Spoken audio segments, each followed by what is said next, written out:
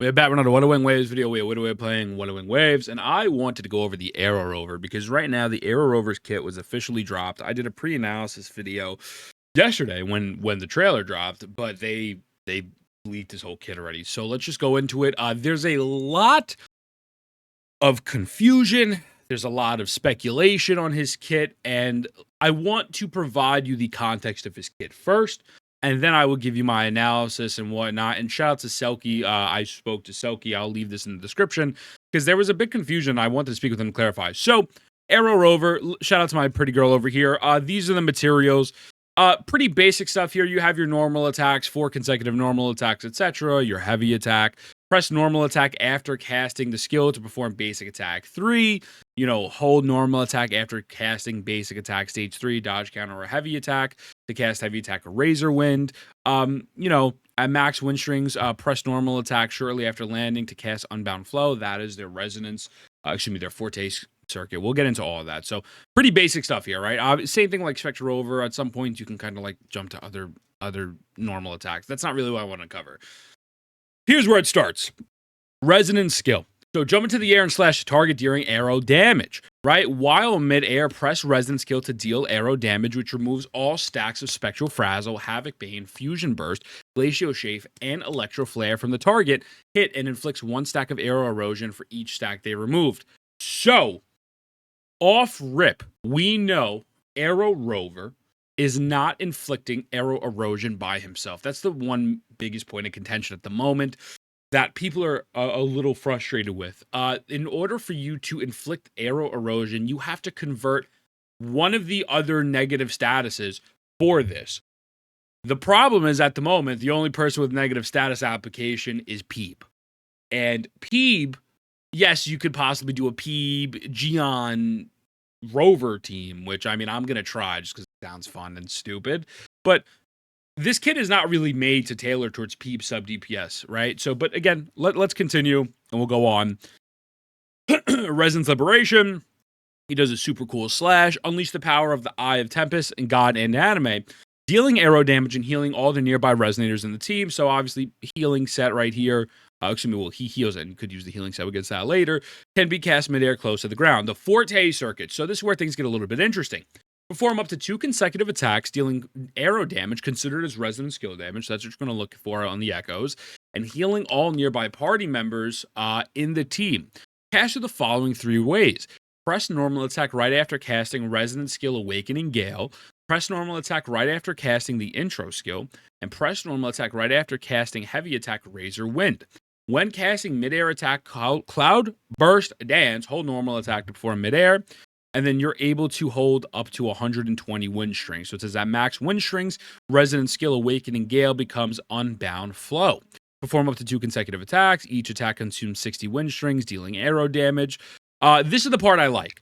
Switching to another resonator after stage 1 automatically triggers stage 2. So they kind of seem to be promoting, I'm not going to say quick swap, but in a sense where I guess you could call it quick swap, where it's like, oh, you could swap off now. The Aero Rover is going to finish up his Forte circuit. So you do the first attack, bam, swap off. He'll do the second attack as long as he has the max amount of Forte. Probably want his Concerto up as well. But I think that's actually pretty cool. Rover can hold up to 120 wind strings. Each stage of midair attack Cloudburst Dance restores 25 wind string on hit. Casting intro skill restores 20 Forte circuit. Hitting a target with basic attack stage 3 or 4 dodge counter restores 10 wind strings, right? So the intro skill, nothing too crazy, dealing arrow damage, and you see them right here. I think they do that, and then they just do the normal attacks, bam. So that's pretty dope. And then the outro skill. This is where there was some confusion.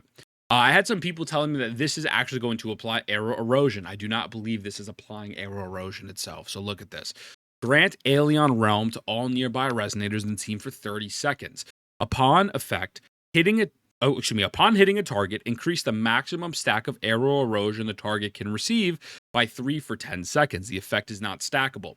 This is not applying Aero Erosion itself. It is just simply increasing the amount of stacks it can get, which makes it seem like it's tailored towards another Aero Erosion character or someone else later down the road. Now, The inherent skills they're dope, they're cool. Casting intro skill, Relentless Squall, increases attack by 20%. That's always valid. More attack is goaded. Increase healing from Resonance Liberation, Omega Storm by 20%. They're really going with the healing stuff. They really like being a healer, which is cool. That's where Rejuvenating Glow comes in. And then this gives you a pretty much just an overall breakdown. So support, healer, resonance skill damage, Aero Erosion. Kind of cool, right?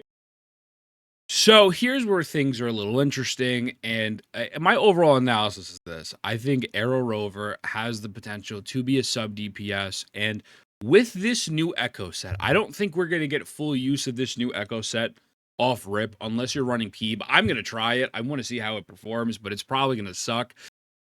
Gust of Welkin. If you run this set and you don't have Peeb, you're being stupid and greedy. This set is not going to proc, and here's why. Arrow damage plus 10.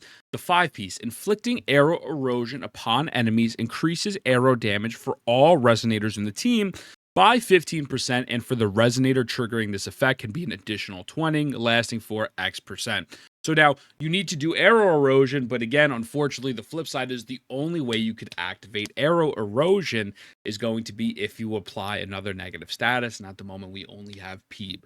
So Aero Rover seems like they're really tailored towards what's coming in the future, and that's a whole different conversation I'm going to save for another video. But in the interim, what can you run? I mean, if you wanted to run Sierra Gale, make them kind of more of a DPS or like sub DPS damage, like you can. You can. I don't think this would be the play. You probably would want to just go Rejuvenating Glow for a bit. Healing, increase it by 10%. And then upon healing, allies increase attack for the entire team by 15% for 30 seconds. This will probably be the way to start off.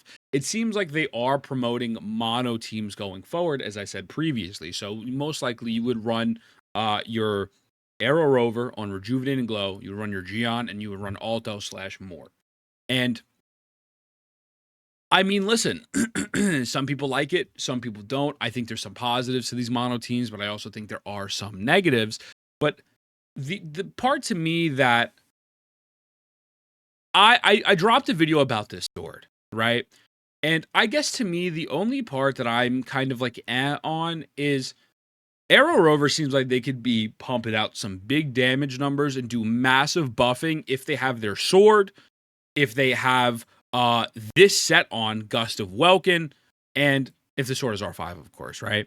So providing healing increases resonance skill damage. It can go up to 26%. And Arrow cast resonance skill Unbound Flow. Arrow damage dealt by nearby resonators on the field is amplified by 26%. So when you include these buffs, plus the buffs from this set, and then the overall kit, like it seems like Aero Rover can be a really strong unit in buffing, but also doing some decent damage themselves. I just don't know how long we're going to have to wait for that, though. That, to me, is the only kind of problem. So I don't know. We'll see. And as I just said, thinking about this now, although they are promoting mono teams here, it is pretty possible that Aero Rover is going to be a little bit of the same of like a Shorekeeper Verena type deal if you just ran them on Rejuvenating Glow, because let's say, for example, they drop a Havoc character that applies Havoc debuffs, and well, this person could absolutely utilize that. So I don't know, man. It's weird. It's very, very weird. It's a weird situation, and I think overall they're going to be pretty solid. You're getting a free 5-star weapon, most likely free R5, and I hope they drop some sort of free-to-play unit that allows to apply some sort of negative status, so that way we can convert it. But I guess we'll have to see. I don't want to go too off the deep end or say anything, because I don't know, man. At the end of the day, so far, everything they've dropped has been viable. Like, I other than like Colchero, we haven't really had a point in time where other compositions haven't like off-meta compositions or not as meta compositions haven't been viable. So I'm not too worried. So